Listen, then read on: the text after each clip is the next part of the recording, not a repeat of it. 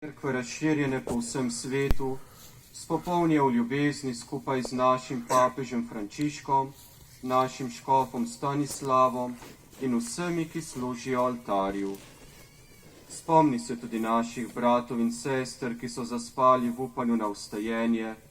Pri tej sveti maši ti še posebej priporočamo pokojnega župnika Geuhelija in vse ljudi, ki so umrli v tvoji milosti, in jim daj, da bodo gledali tvoje obličje. Prosimo te, usmili se nas vseh, da bomo v večnem življenju skupaj z Božjo materjo Devico Marijo, z njenim ženinom svetim Jožefom, z apostoli in vsemi svetimi, ki so živeli v tvoji ljubezni, in te bomo hvalili in slavili po tvojem Sinu Jezusu Kristusu.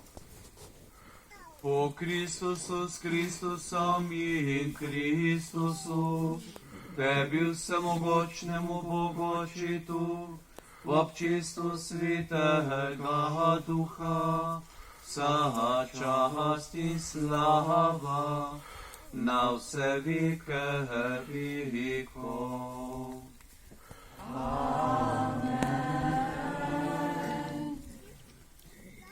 Dragi brati in sestre, kadar molimo Gospodovo molitev Oče naš, če res mislimo in doživljamo, kar je v tej molitvi rečeno, ker je ena res najlepših molitev, potem ni prostora ne za slabe misli, ne za sovraštvo, ampak nas ta molitev, ker je Oče naš, Oče vseh, tudi ljudi zelo, zelo različnih prepričanj, potem nam to daje moči, da bi res človeku odkrivali, vsakem človeku, odkrivali lepoto njegovega bivanja, najprej domačem, družini, okolju, ker smo, in potem bo tudi svet okrog nas drugačen in lepši.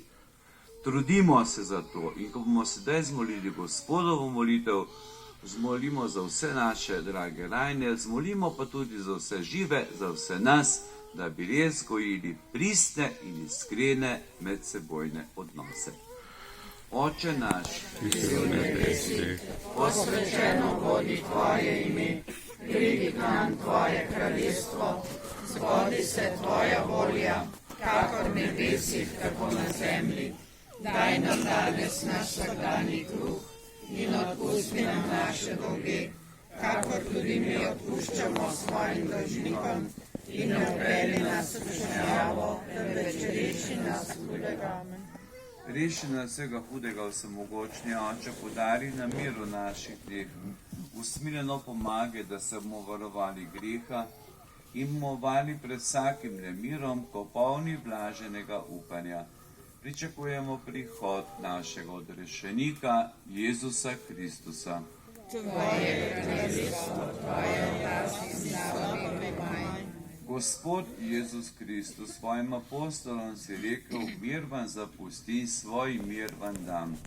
Ne gre na naše grehe, ampak na vero svoje cerkve.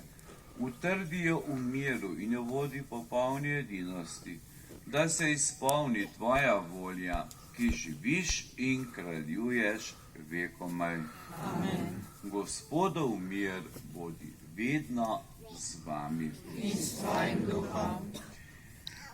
V ta svet, v katerem je toliko nemira, pa ne samo, da so vojne, tudi nemir v medsebojnih odnosih, ker smo ta negotovost, pogosto tudi strah, smo kristjani v Sloveniji, Evropi, v modernem svetu še toliko bolj poklicani, da prinašamo mir, da prinašamo upanje, da prinašamo zavest, da je radost biti tista, ki je temeljnega pomena in tisto, kar je glavna razsežnost našega življenja in medsebojnih odnosov. Da bomo zares dar drugemu prinašali upanje, predvsem pa veselje, v znamenje tega, da si bomo za to trudili, si podajmo roke.